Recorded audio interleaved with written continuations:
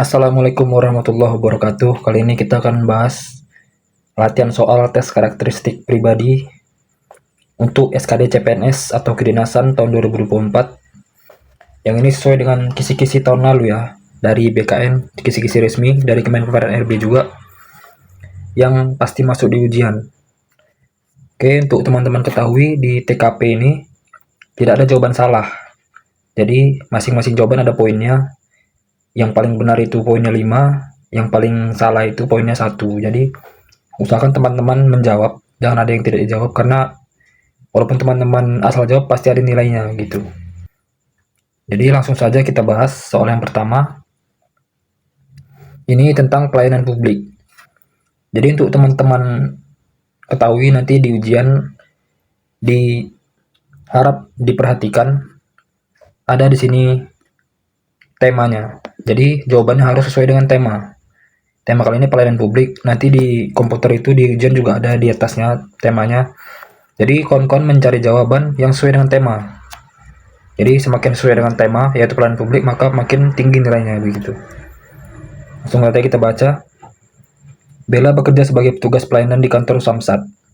Seperti biasa pada pagi hari Bella melihat sudah banyak antrean yang datang untuk mengurus administrasi pajak kendaraan bermotor. Kemudian ada seorang ibu yang datang untuk menanyakan apakah kantor ini menyediakan ruang laktasi. Kantor Bella selama ini masih belum responsif gender, sehingga masih belum ada fasilitas ruang laktasi. Maka yang akan Bella lakukan adalah, Bella ini sebagai petugas pelayanan di kantor Samsat. Kemudian ada ibu-ibu yang mau menyusui, karena kan laktasi ini artinya ruang menyusui ya. Kebetulan di kantor itu nggak ada ruang laktasi, jadi apa yang harus Bella lakukan? Nah, kita cari jawabannya yang di bawah ini sesuai dengan tema, yaitu pelayanan publik. Kalau yang A, menyampaikan permohonan maaf kepada ibu tersebut karena masih belum tersedia ruang laktasi di kantor ini. Nah, ini kurang tepat karena si Bella hanya mohon maaf. Tidak ada solusi, tidak ada tindakan gitu. Jadi, jawaban ini kurang tepat. Kemudian yang B, menyampaikan permohonan maaf kepada ibu tersebut karena masih belum tersedia ruang laktasi di kantor ini dan menawarkan toilet wanita yang ada. Nah, ini bisa jadi dia minta maaf dulu, kemudian ada solusi dan ada tindakan dengan menawarkan toilet.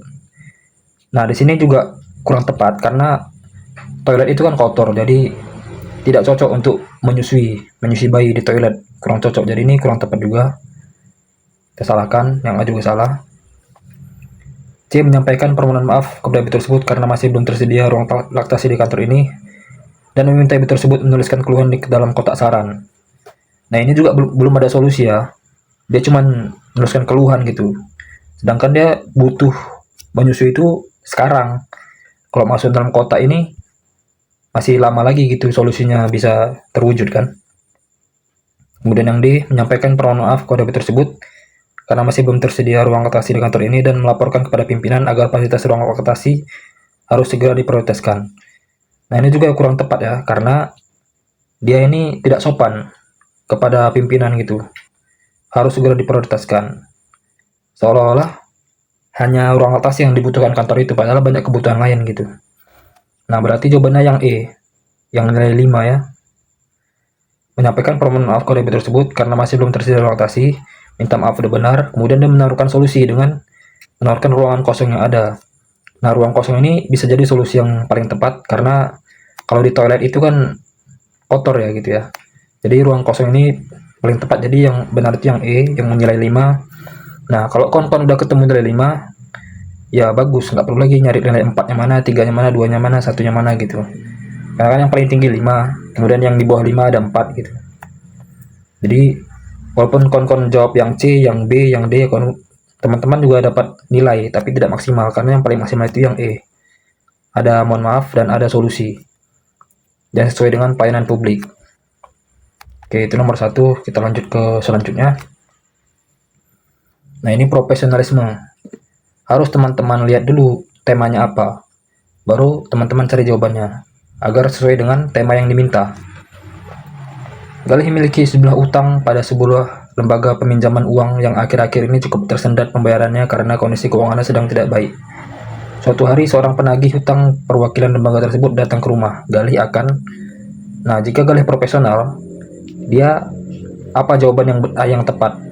Nah, teman-teman cari di pilihan jawaban yang ada yang menunjukkan kalau Galih ini profesional. Yang A bersembunyi dan mengkondisikan agar rumah terlihat kosong karena Galih benar-benar tidak ada uang untuk membayarnya. Ini salah karena dia menghindar ya, tidak profesional. Yang B membayar seadanya dengan uang yang Galih miliki dan akan segera membayarkan sisa angsuran secepat mungkin. Ini kita simpan dulu karena dia membayar seadanya dengan uang yang ada dan membayarkan sisanya secepat mungkin. Nah, dia bertanggung jawab ya, profesional gitu, tidak lari. Yang C menjelaskan kondisi keuangan aset ini dan minta kebijakan dari lembaga tersebut. Nah, ini cuma menjelaskan, tidak ada solusi dan tidak ada tanggung jawab gitu. Karena kan dia sendiri yang punya hutang. Jadi yang C ini kita salahkan. Yang D memintanya untuk kembali karena Galih tidak ada uang untuk bayar angsuran pada hari itu. Nah, ini juga salah, tidak ada tindakan dan tidak ada tanggung jawab. E mencoba meminta tambahan beberapa hari lagi untuk berusaha mendapatkan uang angsuran. Nah, ini juga ya, tidak ada tindakan saat yang menagih itu datang. Jadi yang paling tepat itu yang B, yang nilai 5. Nah, kalau udah ketemu nilai 5, ya lupakan aja nilai-nilai yang bawahnya lagi. Kita lanjut. Nah, ini pelayanan publik lagi. Jangan lupa baca temanya, kemudian sesuaikan jawabannya dengan tema. Seorang pelanggan datang dan mengajukan komplain saat saya sedang sibuk mengerjakan pekerjaan saya. Langkah yang saya lakukan adalah, nah ini saat dia bekerja, ada pelanggan yang komplain gitu. Apa yang harus kita lakukan? Dan kita tetap harus profesional, mengerjakan pekerjaan kita juga harus melayani publik. Nah, disinilah dilemanya. Jadi, teman-teman juga akan dihadapkan pada dilema seperti ini untuk menentukan jawaban yang tepat. Yang A menyarankan pelanggan tersebut untuk mengajukan permasalahan ke teman saya. Nah, ini kurang tepat karena dia menghindar ya, tidak memberikan solusi untuk komplain pelanggan. Walaupun dia sibuk, tapi dia tetap harus melayani publik karena temanya pelayanan publik. Kemudian yang B menolak melayani karena sedang mengerjakan pekerjaan. Nah, ini juga salah karena dia menolak. C menghentikan pekerjaan dan melayani pelanggan tersebut terlebih dahulu. Nah, ini kita simpan dulu karena menghentikan pekerjaan ini mungkin saja karena di soal tidak ada dijelaskan kalau pekerjaan yang dikerjakan dia ini penting dan mendesak gitu. Jadi jika ada pelanggan komplain, dia mungkin saja menghentikan pekerjaannya karena mungkin pekerjaannya tidak jelaskan sini dia mendesak atau penting. Jadi ketika ada komplain dari pelanggan, bisa saja dia berhenti sejenak untuk menyelesaikan komplain dari pelanggan yang ada. Yang D tetap mengerjakan pekerjaan sambil mendengarkan permasalahan pelanggan. Ini kita simpan juga. Yang E meminta bantuan teman untuk mengerjakan pekerjaan saya karena saya harus melayani pelanggan. Nah, ini kurang tepat karena dia lari dari pekerjaannya sendiri dan menyerahkannya ke temannya. Nah, ini salah karena dia juga harus menyelesaikan pekerjaannya tanpa harus mengganggu teman yang lain. Nah, di antara C yang D ini, yang paling tepat itu menurut saya. Dan kalau teman-teman punya jawaban yang berbeda, silahkan tulis di kolom komentar. Menurut saya ini yang nilai 5-nya C ya. Kenapa? Dia ini fokus melayani publik dengan menghentikan pekerjaannya sebentar. Nah, kalau yang D ini kenapa tidak saya pilih? Karena tetap mengerjakan pekerjaan sambil mendengarkan permasalahan pelanggan. Nah, ini jadi terbagi fokusnya. Ditakutkan komplain dari pelanggan itu tidak terselesaikan. Karena dia juga bekerja dia sambil mendengarkan keluhan pelanggan. Jadi kurang maksimal yang D. Nah, menurut saya yang nilai 5-nya di C. Terlanjut. Anti radikalisme. Ini sesuai tema ya.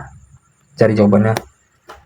Kelompok radikal banyak menyasar generasi muda untuk dipengaruhi karena mereka belum memiliki kedewasaan dan kestabilan psikologis untuk menyadari bahaya dari paham radikal. Sebagai generasi muda, apa yang akan saya lakukan agar tidak ikut terseret dalam gerakan radikalisme adalah, nah, sebagai generasi muda yang belum memiliki kedewasaan dan kestabilan psikologis, apa yang perlu kita lakukan agar tidak ikut terseret dalam gerakan radikalisme? Yang A, lebih sering mengisi waktu bersama keluarga dan bercerita tentang kegiatan sehari-hari. Kita simpan dulu. Yang B, banyak mencari informasi terkait paham radikal supaya saya lebih bisa memahaminya. Nah, ini kurang tepat ya, ambigu. Memahami untuk apa ini? Untuk diri sendiri atau dia ingin masuk ke dalamnya? Gitu kan? Kurang jelas yang B. Yang C, mengenali bahaya dan upaya-upaya untuk dapat terhindar dari paparan paham radikal. Ini kita simpan. D, mengisi hari-hari dengan banyak kegiatan positif dan mengurangi media sosial. Nah, ini kurang tepat karena zaman sekarang kita harus selalu update ya. Mengurangi media sosial ini bukan solusi karena terkesan kita anti teknologi. Yang E, memilih teman-teman di lingkaran pertemanan saya untuk menghindari paparan radikalisme. Memilih teman-teman di lingkaran pertemanan juga kurang tepat karena dia terkesan eksklusif gitu, tidak berbaur. Nah, yang paling tepat itu yang C, yang nilai 5-nya. Kalau teman-teman ada jawaban berbeda, silahkan tulis kolom komentar. Kenapa ini benar? Karena mengenali bahaya dan upaya-upaya untuk dapat terhindar dari paparan paham radikal. Kita kenali dulu bahayanya apa, dan apa upaya kita untuk terhindar dari paparan paham radikal tersebut. Nah, ini yang paling tepat. Kemudian dalam mengenali bahaya ini, sambil kita juga mengisi waktu bersama keluarga. Nah, ini jawaban yang A ini bagian dari jawaban yang C. Jadi mungkin A ini nilainya 4 ya. Oke, jadi untuk nilai 5-nya yang C. Kita lanjut. Saya ditugaskan untuk memasukkan laporan keuangan tahunan kantor ke dalam website pemerintah daerah. Kesempatan yang diberikan hanyalah sekali input tanpa masa perbaikan sama sekali. Untuk menghindari kesalahan yang mungkin terjadi dalam pengisian laporan, saya akan... Nah, ketika dia ada tugas memasukkan laporan keuangan ke website pemerintah, dia harus bersikap profesional gitu, sesuai dengan tema yang diminta. Apa yang harus dia lakukan? A, mengecek satu persatu bagian yang saya masukkan dan memastikannya sudah sesuai dengan data asli. Bisa. B, membuat rangkuman garis besar laporan keuangan dan menuliskannya dalam catatan ringkas. Kita simpan. C, memasukkan laporan keuangan tersebut saat saya dalam kondisi tubuh yang segar dan fokus. Nah, ini kurang tepat ya, karena memakan waktu yang lama. Karena bisa saja dia dapat tugas tersebut dalam keadaan kurang segar dan fokus. Ya, dia mau tidak mau harus mengerjakan. Jadi tidak bisa harus menunggu kondisi tubuh yang segar. Karena dia harus bersikap profesional. Jadi yang C salah. D, membuat simulasi laporan secara manual untuk memastikan tidak ada kesalahan. Nah, ini kurang tepat karena tidak memanfaatkan teknologi, masih secara manual. D salah. E, meminta teman untuk mendampingi saya dan membacakan laporan, sementara saya bertugas untuk memasukkannya. Ini kita simpan. Jadi untuk jawaban yang paling tepat, yang A, menurut saya. Nilai 5-nya A. Karena ini dia mengecek satu persatu, kemudian dia pastikan lagi sesuai dengan data asli. Nah, ini paling tepat. Kenapa tidak E? Karena meminta teman untuk mendampingi saya. Ini pun bisa jadi temannya lagi sibuk atau temannya tidak bisa membantunya gitu. Jadi ini kurang tepat. Jadi karena dia profesional, dia harus bekerja mandiri. Jadi yang paling tepat itu yang A, nilai 5. Kita lanjut. Ini jejaring kerja, temanya. Jadi dalam jejaring kerja kita harus berkolaborasi dengan teman kerja. Tidak boleh eksklusif, kita harus saling memberi informasi, berkolaborasi, dan saling bekerja sama. Denny adalah kepala unit termuda di tempat kerjanya. Sejumlah karyawan di unit kerja Denny berusia jauh lebih tua darinya dengan pengalaman kerja puluhan tahun. Namun kinerja di unit kerjanya kurang memuaskan karena adanya silo antar pegawai. Apa tindakan Denny? Nah, silo ini bisa diartikan tertutup ya, atau eksklusif, nggak mau berkolaborasi gitu. Jadi teman-teman atau rekan kerja Denny yang lebih tua dari dia kurang terbuka terhadap Denny ini. Jadi pekerjaannya terhambat karena rekan kerjanya yang lebih tua dari dia ini bersikap eksklusif dan tidak mau berkolaborasi. Jadi yang harus dilakukan Denny sebagai kepala unit agar tema jejaring kerja ini bisa tercapai, yaitu saling berkolaborasi dan berbagi informasi, apa yang harus dia lakukan gitu. A, menggunakan cara komunikasi yang sesuai dengan karyawan agar lebih mudah diterima. Kita simpan. B, menunjukkan ketidaksetujuan pada cara kerja yang ada dan memotivasi karyawan agar mencapai target. Nah, ini menunjukkan ketidaksetujuan ini kurang sopan ya, karena dia ini kan lebih muda dia dari rekan-rekannya yang berusia jauh lebih tua. Jadi kalau dia secara frontal gini kurang sopan. C, C. Meningkatkan kualitas sistem informasi agar dapat membantu dalam pengambilan keputusan serta efisiensi pekerjaan. Ini kurang tepat karena tidak sesuai dengan konteks soal. D. Menghargai kemampuan serta pengalaman setiap karyawan dan minta kerjasama untuk mencapai target unit kerja. Kita simpan dulu. E. Mendorong keterlibatan dan kerjasama setiap karyawan untuk mencapai target. Nah, ini paling tepat ya, yang E ini. Karena setiap orang itu terlibat dan bekerja sama. Inilah kunci dari jejaring kerja, yaitu kerjasama dan berkolaborasi untuk mencapai target dari suatu perusahaan atau organisasi.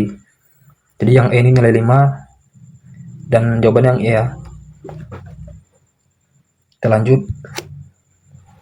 Ini juga sama tema jejaring kerja. Joni adalah seorang staf administrasi di Biro Keuangan. Suatu hari ia melihat rekan kerjanya kebingungan dalam mengerjakan laporan bulanan. Joni tahu ada bagian sulit dari laporan bulan tersebut, namun Joni sebenarnya bisa mengerjakan bagian tersebut. Sikap Joni adalah, Joni ini staf administrasi. Kemudian ada temannya yang kesulitan dan kebingungan dalam mengerjakan laporan bulanan. Nah, Joni ini bisa. Tapi apa yang harus Joni lakukan agar tema jejaring kerja ini bisa tercapai? Yaitu berkolaborasi dengan rekan kerja dan saling berbagi informasi. A. Membantu jika atasan menugaskan Joni. Membantu jika atasan menugaskan ini kurang tepat ya. Terkesan dia ini tidak mau membantu temannya, kecuali dari tugas atasannya. B. Menawarkan bantuan cara pengerjaan pada bagian sulit tersebut kepada rekan kerja. Ini kita simpan. C. Meminta rekan kerja untuk belajar ke rekan atau atasan tentang bagaimana cara pengerjaan bagian tersulit tersebut. Nah, ini juga salah karena dia tidak membantu ya. Padahal kan dia bisa di sini. Dia cuma meminta rekan kerja untuk belajar ke rekan atau atasan. Sedangkan dia bisa tapi tidak mau mengajari rekan kerjanya. D. Menawarkan bantuan untuk menyelesaikan pekerjaan rekan tersebut sehingga dapat meringankan bebannya. Ini kita simpan. E. Memberikan semangat agar bisa mengerjakan bagian sulit tersebut. Nah, ini juga kurang tepat karena dia hanya memberikan semangat, tidak memberikan solusi dan bantuan gitu. Dan ini salah. Nah, untuk nilai 5-nya ini yang B ya, menawarkan bantuan.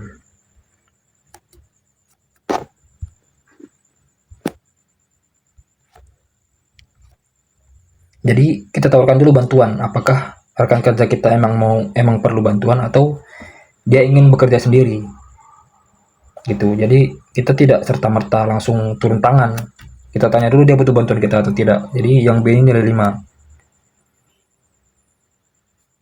yang D ini nilai 4 ya, atau ini 5 ini 4, ini 4 ini 5 ya, mirip-mirip lah karena memang 5 4 ini susah dibedakan di TKP.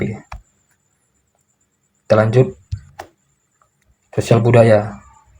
Di tema sosial budaya ini kita diminta sebagai pegawai negeri agar tetap berbaur di masyarakat dan tidak menjadi beban di masyarakat itu. Kita tetap menjadi orang yang bisa diandalkan dan berguna di masyarakat.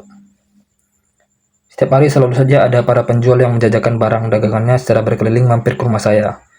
Dan saya hampir tidak pernah membeli karena memang tidak memerlukannya. Dari kebanyakan penjual tersebut, ada seorang penjual jajanan pasar yang rajin menawarkan meskipun saya sering menolaknya. Seperti biasanya sore ini, dia datang kembali dan menawarkan kepada saya jajanan pasar yang dijualnya. Saya akan. Nah, jika kawan-kawan ketemu soal saya gini, posisikan diri sebagai pegawai negeri. Jadi, jawabannya pun sesuai dengan konteks pegawai negeri. Apa yang harus dilakukan pegawai negeri jika ada kasus seperti ini. Nah, jadi dia ini ketemu penjual, selalu menawarkan pasar, yang dia selalu menolak tapi dia tetap menawarkan. Apa yang harus dilakukan? Yang A terpaksa membelinya tetapi hanya untuk kali ini saja. Ini kurang tepat karena dia terpaksa ya, tidak ikhlas gitu. Dia membeli beberapa jajanan karena merasa kasihan terhadap penjual tersebut. Nah, ini juga kurang tepat karena dia cuma kasihan gitu, tidak menghargai penjual tersebut. C. Membeli beberapa jajanan untuk saya berikan pada penjaga malam. Nah, ini kita simpan. Dia membeli beberapa jajanan karena merasa terkesan akan kegigihannya. Kita simpan juga. Dengan berat hati tetap menolak tawarannya karena saya tidak menyukai jajanan tersebut. Nah, ini kurang tepat ya, dia menolak gitu, tidak menghargai upaya dari pedagang tersebut. Nah, untuk jawaban ini Yang paling tepat itu D ya, yang nilai 5-nya. Karena dia membeli karena terkesan akan kegigihannya. Walaupun ditolak, tetap tawarkan lagi. Jadi dia terkesan.